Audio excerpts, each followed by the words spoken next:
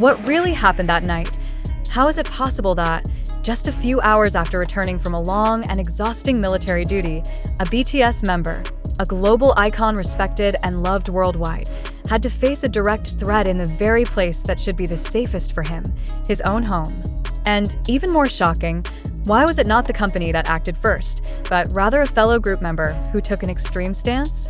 When Jungkook returned from the military, the world awaited a peaceful smile, not news of a home invasion.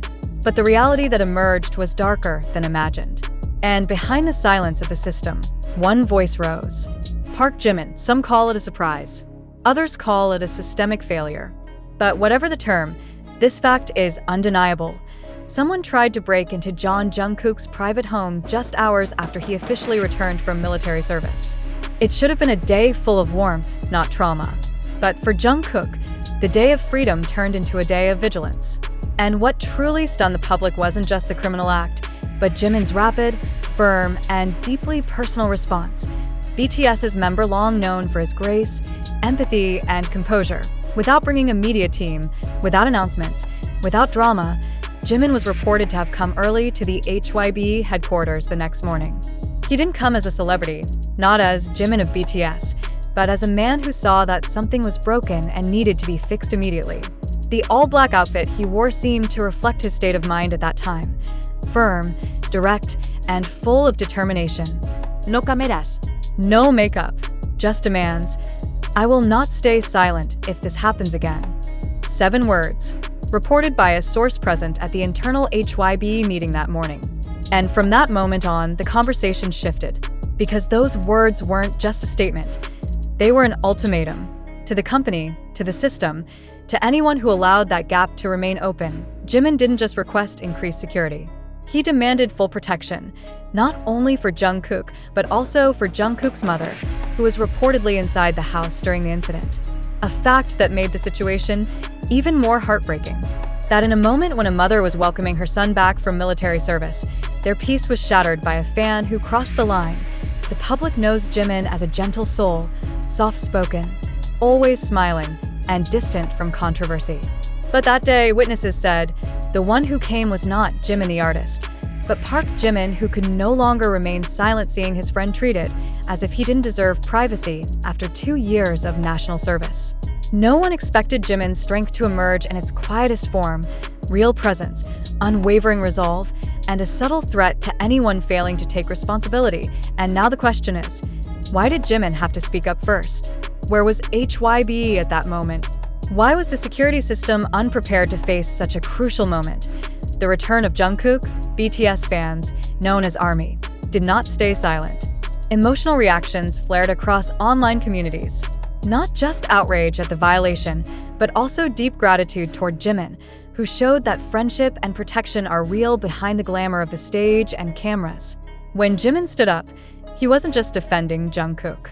He spoke on behalf of all members, on behalf of the boundaries too often ignored. One by one, new facts began to surface. That after the incident, increased patrols quietly began to appear around Jungkook's residence. New cameras, unmarked security vehicles. There were even reports of a private security firm seen within a certain radius. But all of this came after Jimin spoke out. And that raises a big question. Why did it take someone from within to make the system work? And here lies the deeper problem. HYBE, home to the biggest group in K-pop history, seems unprepared to face the reality that fame comes with risk. Risks that can no longer be resolved with official statements or promises of improvement. Meanwhile, Jimin was reportedly in direct contact with Jungkook. He was even said to have stayed at Jungkook's house several nights after the incident. Not as a guest, but as a protector, as a friend.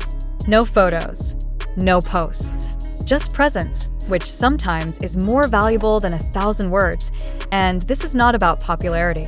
This is about values, about someone who sees a wound and chooses not to look away. Because while HYBE seemed hesitant to act quickly, Jimin proved that loyalty can speak louder than policy.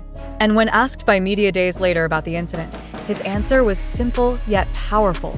He's safe now, but if not, you'll hear from me first. That wasn't a threat. It was a promise, a boundary line. Now, The public and fans are no longer asking who will protect Jungkook if this happens again. They already know the answer.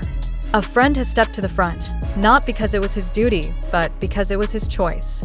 And of all the things an idol can do, standing up to protect is the rarest and most real form of strength. After reviewing various fragments of information about this event from platforms like TikTok, YouTube, Twitter, and other online media, we must ask, did this entire series of events really happen as reported?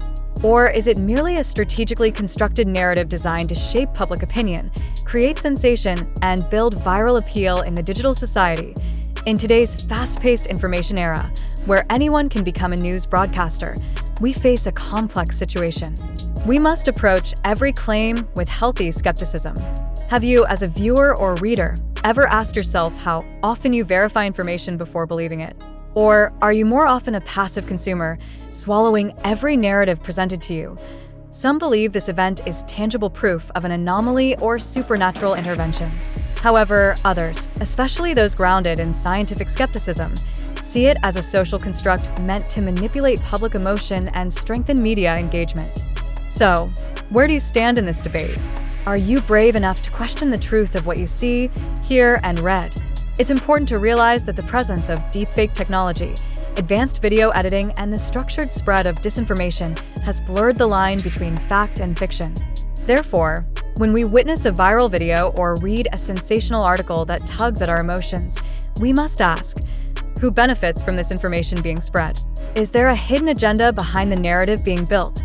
When information originates from social media, its reach and speed are extraordinary. But is that speed proportional to its accuracy? In this case, there has been no independent verification, scientific or investigative, that can conclusively prove the authenticity of the story. Then why are so many of us quick to believe it? Is it because we want to believe? Or because we're too lazy to fact-check? Some netizens even claim to have personal experiences that align with this event, and many use such claims to reinforce an unproven narrative. But let's reflect. Are personal testimonies, without empirical evidence, enough to be considered universal truths? Doesn't this open the door to mass fabrication fueled by collective emotion and the desire to believe in something extraordinary? On the other hand, mainstream media often falls into the temptation of sensationalism.